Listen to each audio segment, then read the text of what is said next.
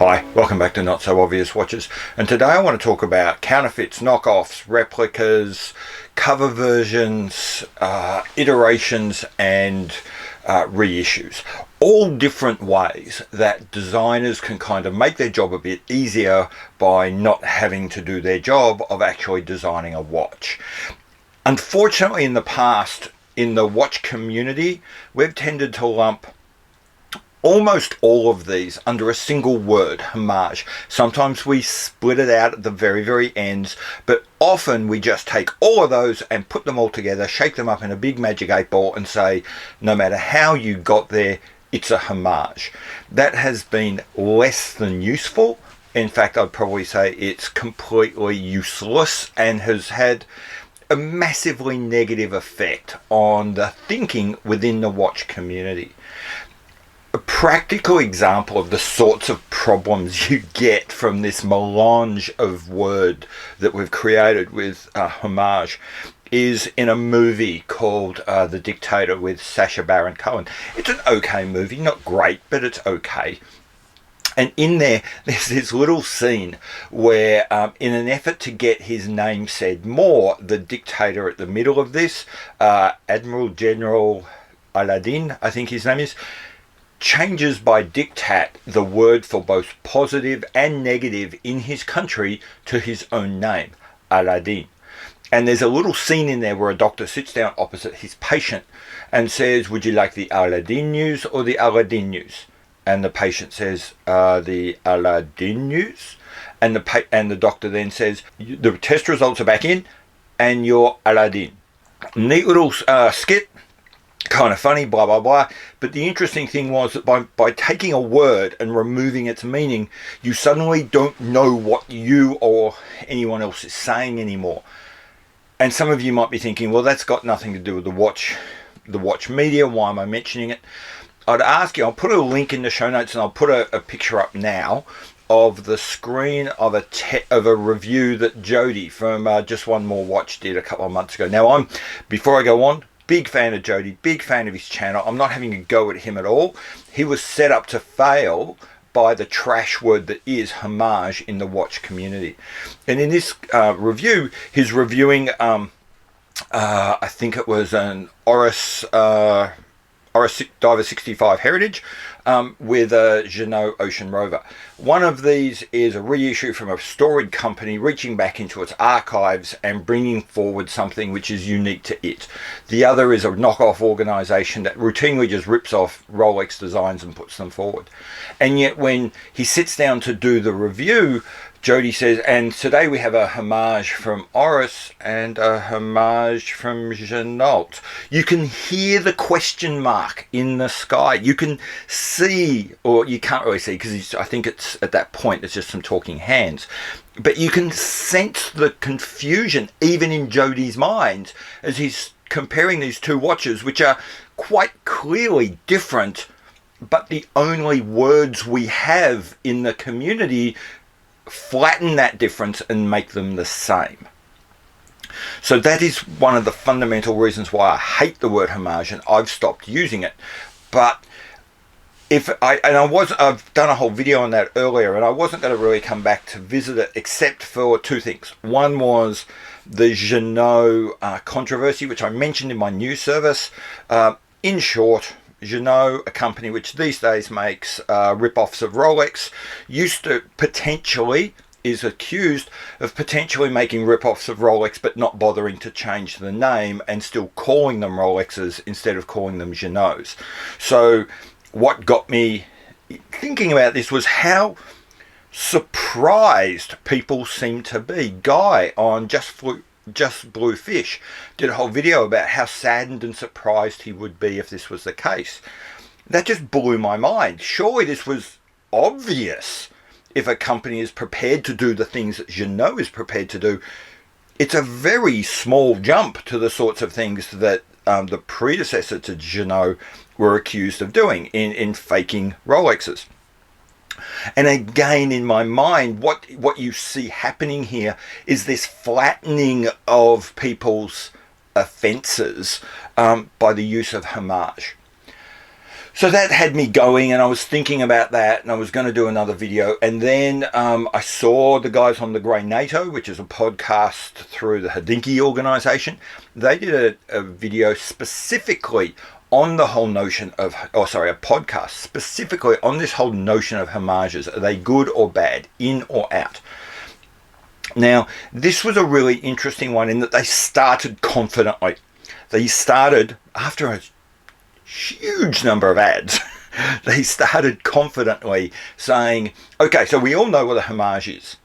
And then they spent the next 30 minutes making it absolutely plain that they have no idea what a homage is.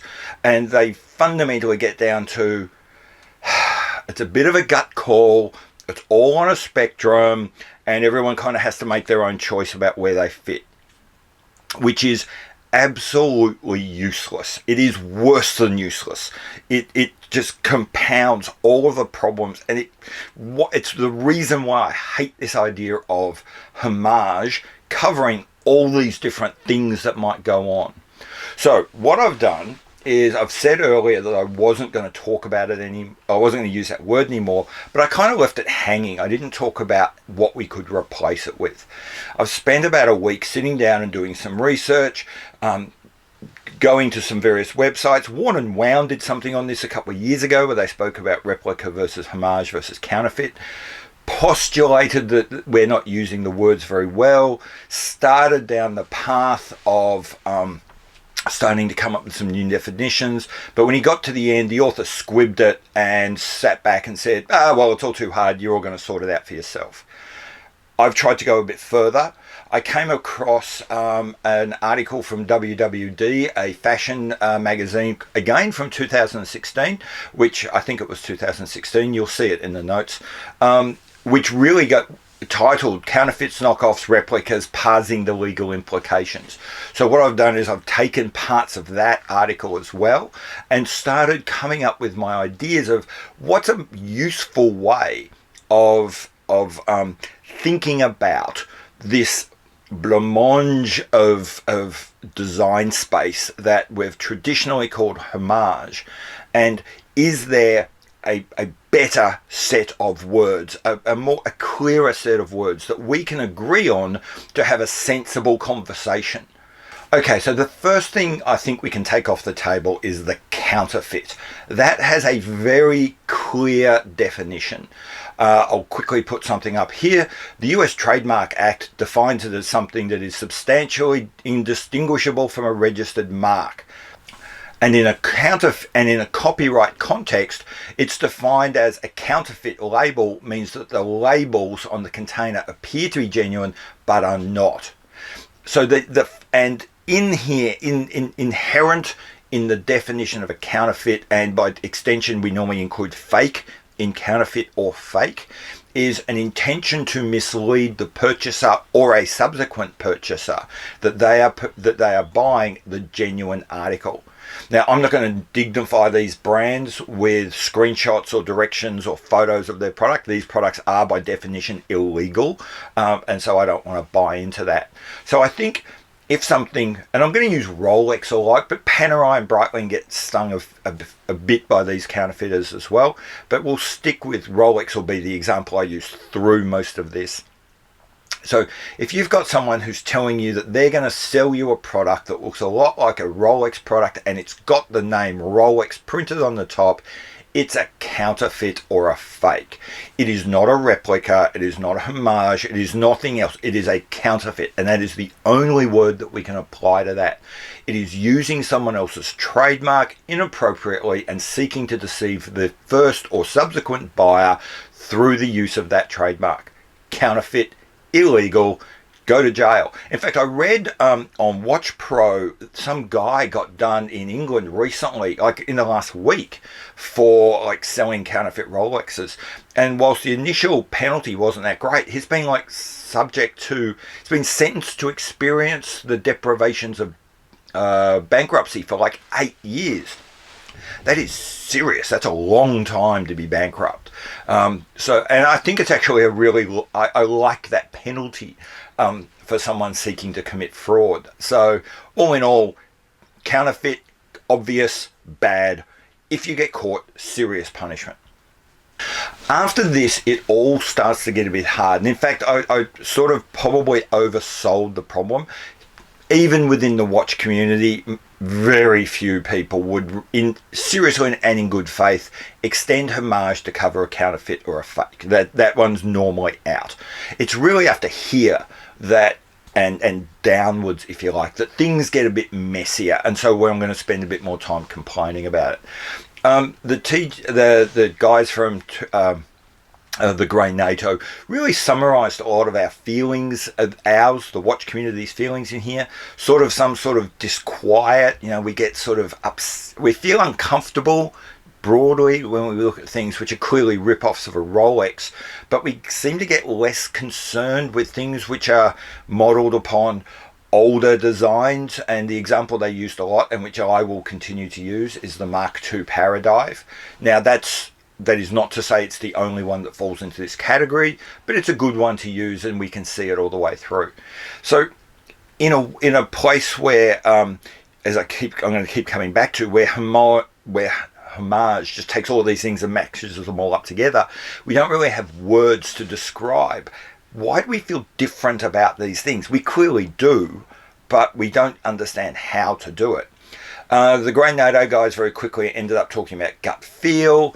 They ended up saying that there wasn't really logical rules, and that they felt that you could pretty much extract one brand, put another brand in, and the sentence just wouldn't seem to work anymore, but nothing else seemed to have changed.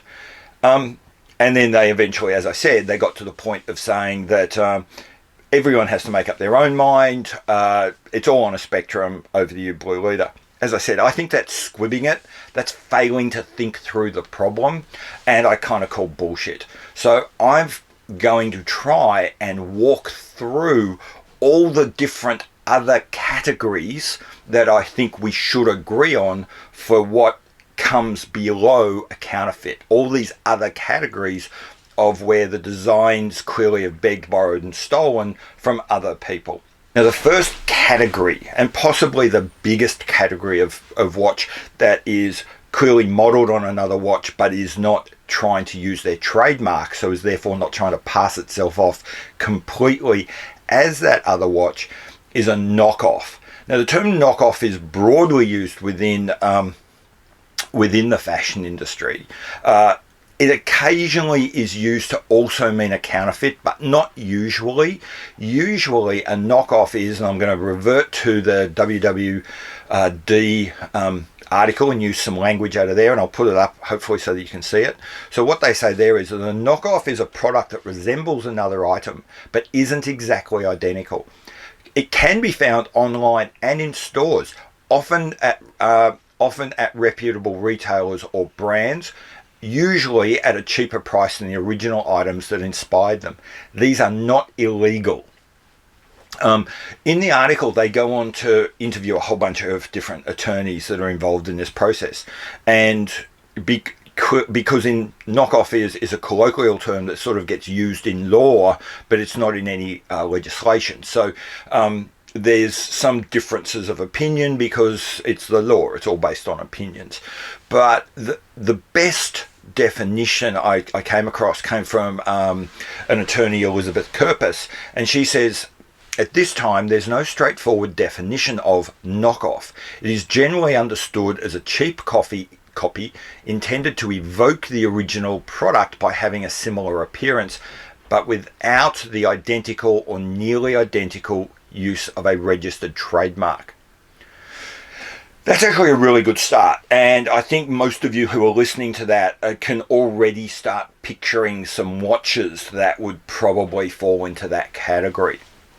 However, I'm not sure if that's enough within our community. Simply saying that this product is designed to look a bit like that product and invoke that product is a great start to defining a knockoff, but I don't think it's enough. So I've got the advantage. I've kind of read ahead and I know what problems are coming. And so in order to avoid those problems, I've tried to think what else would in our community constitute a knockoff, a rip-off, something in this problem space. And I've really come up with about 3 other criteria. And the first is that the product that this thing is trying to knock off is reasonably current and reasonably available. So it's not reaching back in time and trying to find something arcane and that you would normally never see. It's a real product available in a shop or online right now, but someone's just making a cheaper copy of it. The second thing is that the product, and particularly the brand of the product, needs to be well known, recognized, and carry some really powerful social position. It really needs to, it's the whole point of a knockoff is that someone feels that they're buying into something bigger than just buying a product. And the last thing is that the knockoff will almost never mention where the design came from. It'll all be very opaque what's going on. So very briefly, a knockoff is a product intended to invoke the idea of another product without and look a lot like it. Might be identical or close to identical, but it doesn't have to be, but will deliberately not use any trademarks, so stay just on the side of the law. The product it's trying to rip off will be reasonably current and reasonably available. You would be able to buy one if you just were prepared to spend the money. The design has to be, the original would be reasonably well known, well recognized, carry a fair bit of positional power, and also in the product information and on all the websites, they'll be very careful never to tell you where the design came from. You meet all of those requirements, you've got yourself a knockoff. Now, it's when you consider all of those requirements, you begin to see why there's such disquiet and this is why I think that definition is useful, because the definition begins to tell you why in our community there is disquiet over the use of knockoffs, because they're essentially a cheat. They're a cheat in the great game of getting the benefits of something expensive, something that's very powerful from a social positioning point of view, without having to pay the cost. And the reason why it then gets kind of ugly and we're all banging into each other over this is sometimes that there are those people who think that this is a massive problem.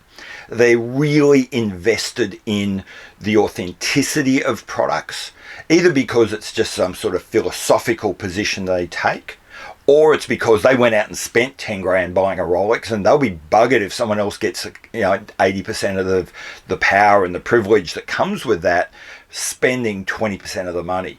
And so it's a combination of both philosophical adherence to the idea of authenticity and also that people have just bought into it, and it's going to really annoy them if someone else gets at least a chunk of all that power and all that prestige and all that design without paying for it. Where it gets interesting and why I think this argument gets a bit heated is because there is an argument on the other side. There is an argument from the person who buys the knockoff. They say that all that positional power, that's all bullshit that's created by all this marketing. And if you buy into it, if you go and spend $10,000 buying a Rolex, you're no saint. You're making the system worse. You're being dumb. At best, you're being dumb and a sucker. And at worst, you're propping up this whole creaking edifice of luxury. And if only more people went off and bought knockoffs, then all of the prices would come down and we'd have a much more sensible world. So that's where you get, within this world of knockoffs, actually some quite heated arguments between these two. I'm not going to try and arbitrate between the two.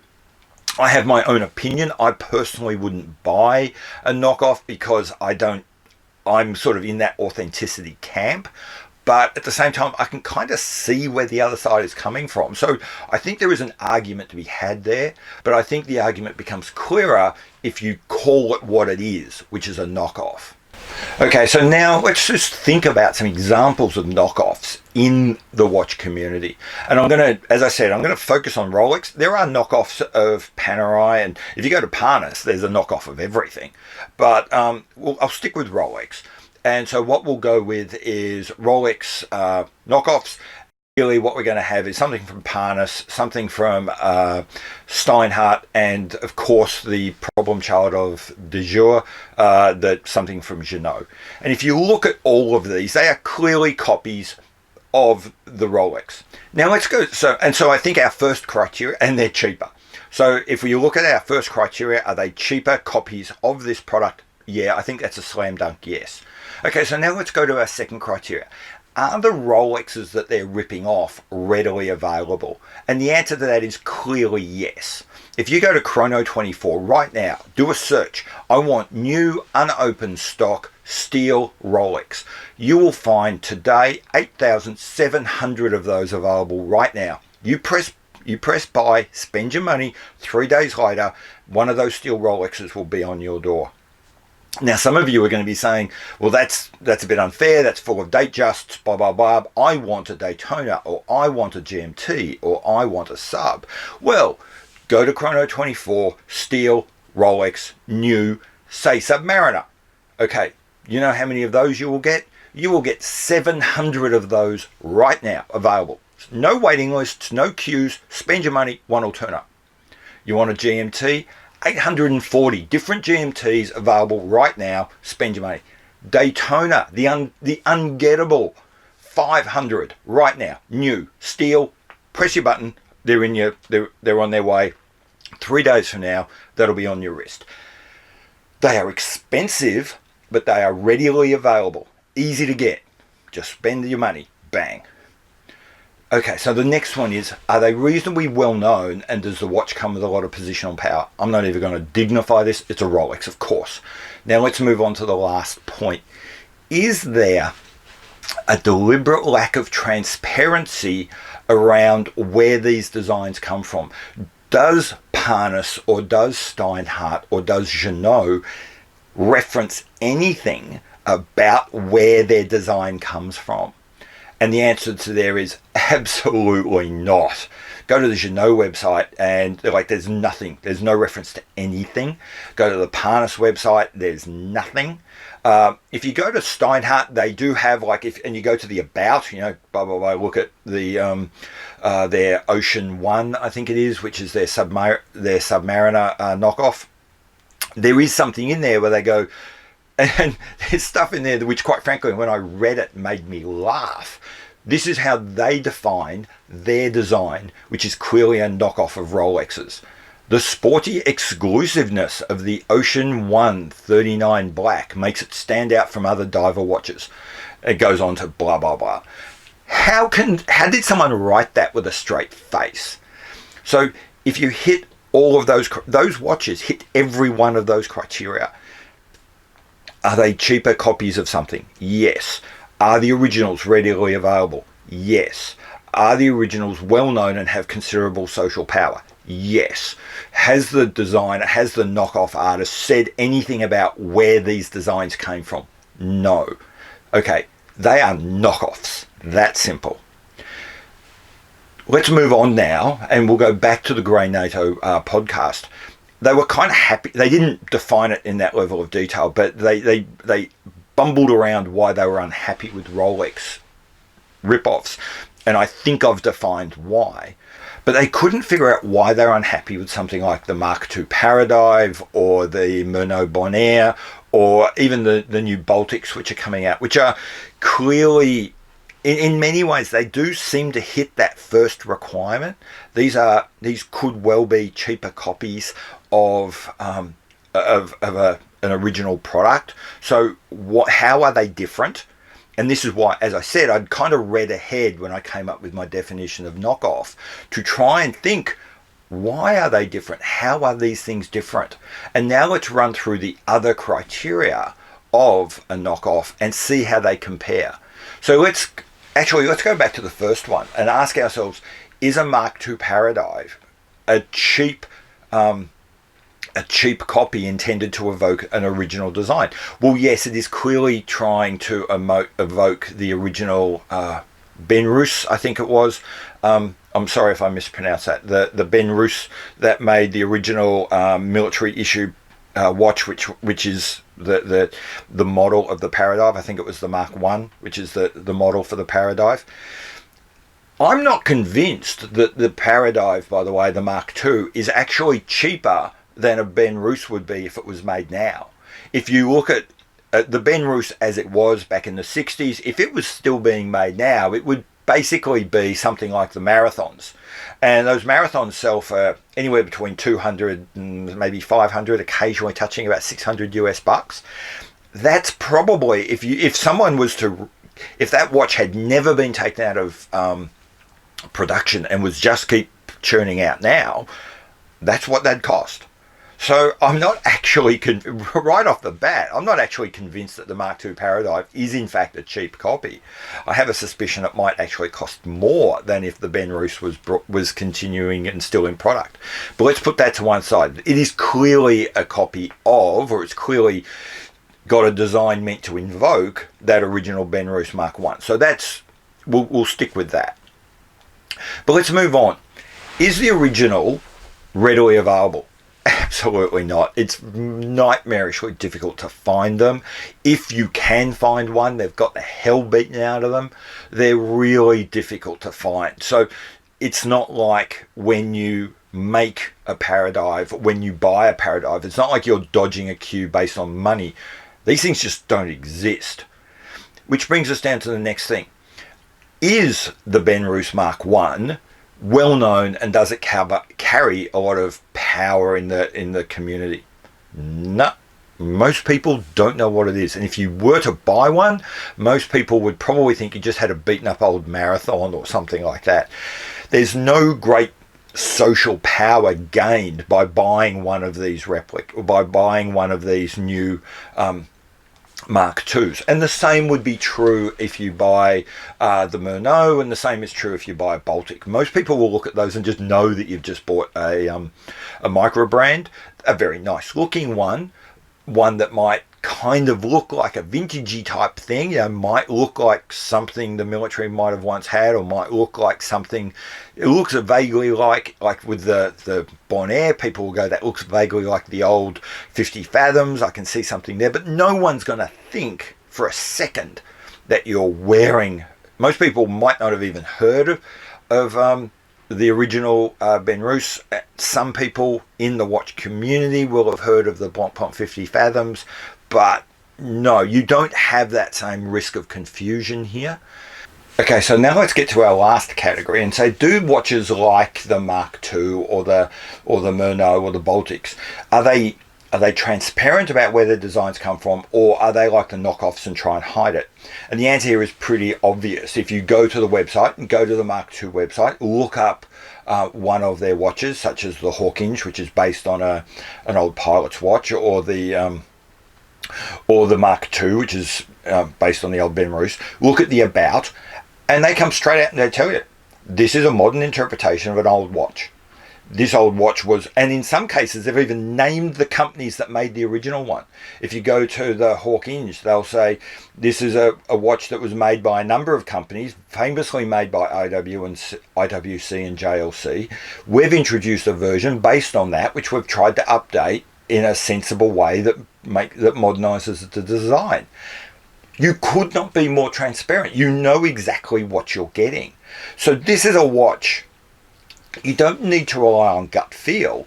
There are rules that you can come up with and say, this is a set of rules that would apply if a design is a knockoff and just ripping off a current design, and then you can test a product against the same set of rules and say, actually, this is quite different. And the different test, that same test, but the different results, goes a long way to explaining why we really don't like knockoffs, because they're a bit of a cheat to acquire the kind of social power that comes from getting a high prestige brand.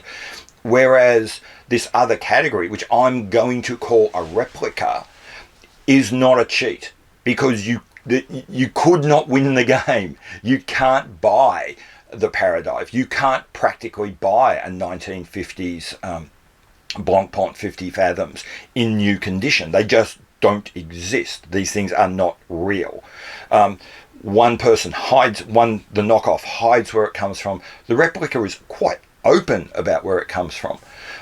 So they're very, very different. And you can really see then, when you think about the rules and how the rules apply to the two categories, you can really see why there's such hate often directed at the knockoff, because it involves inherently a bit of a cheat.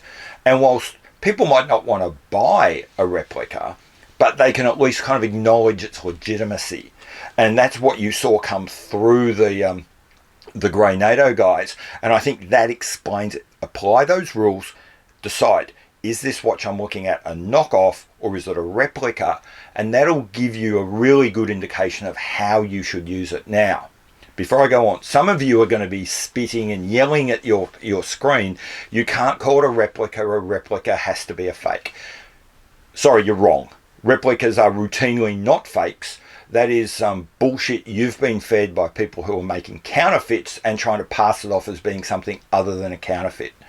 In most other fields of fashion, in most other fields of collecting, a replica is actually quite an acceptable thing. Some of the rules that I've designed myself for replicas, I took from another area which I've used to have a lot to do with, which is cars. People are quite happy, the community is perfectly happy talking about replica Lotus 7s, replica Shelby Cobras, replica classic Porsches. These things are all fine. There's no problem. There's no stigma attached. They're not authentic. And so they're not necessarily valued. And some people, exactly like some people don't like to buy a replica watch, there are people who don't want to buy a replica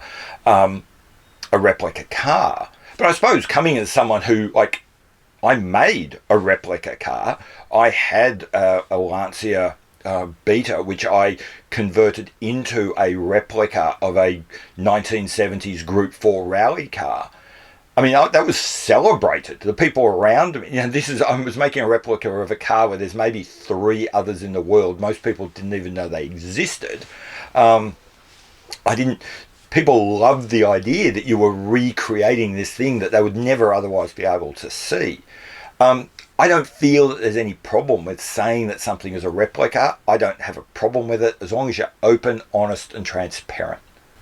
Now, having covered all three, having covered fakes, knockoffs, and replicas, there is another category. It's harder to define, and I'm not entirely comfortable with what I've called it, but I've stolen a term from the music industry, and I'm going to call this a cover version. Now, I'm going to say a cover version is essentially what you would get when a watch designer has taken an existing watch, but unlike a knockoff, has then riffed with it to make something that's quite substantially different. In some way, maybe they've used materials, maybe they've used it in a completely different size, maybe they've gone for some really quite different functions, even in a watch which looks broadly the same. Now, I want to prove I'm not necessarily a Steinhardt hater, so I'm going to now put forward an example of a Steinhardt that I actually don't have a problem with. I think it's a perfect example of a cover version of a Submariner. So this is not something I have an issue with, and if someone was to buy it, it makes perfect sense to me. And that is the Ocean One Bronze. So here what you've got is something that uses a lot of the stuff that comes from Rolex, but could never have been a Rolex. Rolex, to my knowledge, has never made a bronze watch. I would have said would never buy a bronze watch, but seeing as they caught the meteorite dial like 3 years after the micro brands did, maybe 3 years from now we'll start seeing bronze Rolexes. I don't think that's likely, so I'm going to go with it. So when Steinhardt turns up and says, we're going to make something that looks a lot like a Submariner, takes a lot of Submariner cues, could even be mistaken for a Submariner, except it's a completely different colour, made in a completely different material, and is going to patina in a way no Rolex ever will, I'm perfectly fine with that. That's great. In my mind, that's the example of a great cover version. That is like Jimi Hendrix doing All Along the Watch, doing Bob Dylan's All Along the Watchtower, taking, a nice, ordinary, vanilla simple song and then turning it into something really interesting and classic and different that the originator would never have thought of doing. I think that's the same with taking, say, a Submariner and then, I mean, imagine if someone went the whole hog and said, I'm going to make something like a Submariner, but then sell it with a central dial tourbillon. Or I'm going to take something like a Submariner and sell it in a clear sapphire case. Things Rolex maybe even can't do without completely alienating their own base, but which someone else could. You know, I think that would be a brilliant cover version. Now, another example of a cover version is not necessarily even at the super high end, and this is an example where a real life example where in the watch community someone has made a cover that is in fact better than the original. And there I'd go with the Deep Blue 300M Nato. The Deep Blue, have a look at a picture of one, hopefully I'll put one on the screen now, is a direct copy, if you like, of the Seiko XKX, except they went and made it bigger, took it to 44 up from 42 millimeters, gave it sapphire crystal instead of mineral crystal, put in Seiko's own upgraded engine, so it's got an NH36 instead of the crappy 7S26. It's got 300 meters water resistance as opposed to Seiko's 200 meters, and as you get closer and closer you'll realize even though the case is kind of shaped like an SKX, it's actually better made. So here you have, you know, a classic cover. This is more like Sinead O'Connor's kind of cover of that old Prince song, Nothing Compares to You. This is a cover that just blows the original out of the water, that makes you wish you'd never heard the original. And that's possible. You can do that in the watch community. So I think aligning it with the idea of a musical cover appeals to me, and so I think that it's actually worth having that as a category all of its own. Okay, so now I'm going to cover two other types of watch where the designers have essentially phoned it in, and those are both where this, if you like, the reuse of designs happens within a brand. So we broadly accept this. It can be considered lazy, and if a watch keeps doing it for too long, we all get a bit tired of it. But normally, as long as the brand doesn't go overboard, we're happy with this. The first one is obviously it's the reissue, and look no further than Longines Heritage line, and you'll just see reissue after reissue. Those watches are really popular. They're really good. They almost always get really good critical reviews. But not just them, the Aura 65, which I mentioned earlier, is clearly a reissue. Breitling Super Ocean Heritage, not strictly a reissue, it is an update, but clearly I think it's close enough to the original 50s version of that to count as a reissue. So I think that's essentially easy to define. It's when a watch company reaches back into its old catalogue, breaks out something where picks up an old watch design which hasn't been continued, and then reissues it. Case closed. No harm, no foul. Just don't do it too much because it gets a bit boring. The next one would be what I call the iteration, and it's really pretty much exactly the same as the reissue, except you never took the watch out of production. So instead, what you've done is you've essentially kept the same design for 50 years, but just iterated it and iterated it and iterated it. It does mean that the design team can kind of just phone it in, you know, like, what are we going to do this year? Oh, God, I don't know. Ask the work experience kid what color he likes. Okay, we'll go with green. Or, you know, what do you reckon? Oh, I don't know. Apparently my wife doesn't like that kind of bracelet anymore. Okay, we'll change the bracelets then. And just move on, just iterating the same design. I've clearly been poking fun at Rolex with those versions, but I think you can pretty much say the same of Omega with their Speedmaster, but not Omega with their Seamaster. I think you can say the same pretty much every Nomos and every Junghans is a very, very minor iteration probably being a bit unfair to Nomos there. But there are a lot of watches which have, quite a few years ago decided pretty much what they wanted to make, and every watch since then is just an iteration of that. That's okay. There's nothing wrong with that. They're not breaking any moral, ethical rules. Go for your life. It just can get a bit boring. But at least now you've got a word for it. What that design team doing? They're iterating. They're not reissuing. It's not a homage. It's not a knockoff, obviously.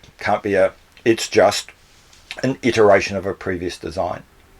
So that's what I think we should do. We should eliminate the word homage and never use it again, because words are meant to facilitate understanding. Words are meant to help us mutually discuss something. And homage does exactly the opposite. It gets in the way of us having a sensible discussion. So instead, I'm going to propose that when you look at a watch, you ask yourself a couple of questions. Is it a copy of something else? If it is that the original of that readily available? If it is that watch that's readily available and being copied? Is it a watch that people are going to recognize and derive some power, some social power from by having this close copy? And then the last thing is the person who's selling this to you open and honest about where it's come from? Answering those questions will give you a good idea. Is this just a knockoff of a popular watch, or is this a replica where someone is like paying tribute to a long forgotten lost design and dragging it up and making something that would never otherwise be available? Two very different actions. You can identify the different actions by applying these tests, and I suggest you do. Sometimes you'll get something that looks a lot like a knockoff but kind of changes it up, changes the case material, adds a whole new function, and it doesn't feel like a knockoff. Could well be a cover version. So ask yourself, could this example that they're buying, could it have come from the originator, or would the originator never have gone there? Would this have been something that the originator would never have done? I think there you start saying, actually no, what we have now is a cover, not a knockoff. And then the last thing is, has it come from the manufacturer of the originator, in which case it's either a reissue or an iteration. But it doesn't really matter at that point. The difference there is moot. It's just kind of useful. I think it could be useful having a different term there. That's it. Those are the words I'm going to use from now on. So when I'm talking about a watch, I'm going to say that it's an original. I'm going to say that it's a knockoff. I'm going to say it's a replica. I'm going to say it's a cover. It might be a reissue, or it might be an iteration. I think if we use those words, we have a really solid basis to discuss how we think about a watch, how we feel about a watch, and we have some sort of benchmarks that we can sort of mutually agree on. What do you think? Are there other words that you want to use? Do you think my rules are a bit of a fudge? I am more than happy. My little motto that I'm developing for this channel is strong opinions loosely held. So I am more than happy for pushback. I am more than happy for people to say, you've got this a bit wrong. Anyway, I've been Pete McConville. This is Not So Obvious Watches. Please subscribe. You'll get some more stuff like this, as well as watch reviews and everything. I'll see you later. Bye.